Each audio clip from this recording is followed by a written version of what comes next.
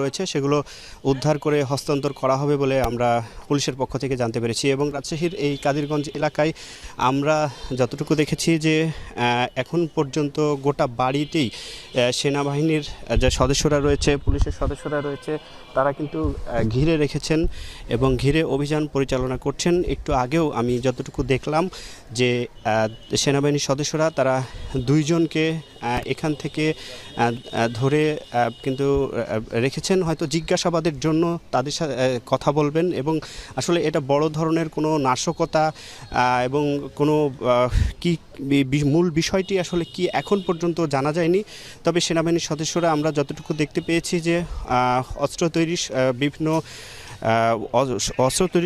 বিভিন্ন সরঞ্জাম এবং আমরা বিস্ফোরক তৈরির যে সরঞ্জাম সেগুলো কিন্তু উদ্ধার করেছেন এই ডক্টর ইংলিশ নামের যে এই প্রতিষ্ঠানটি রয়েছে, এই প্রতিষ্ঠানটিতে।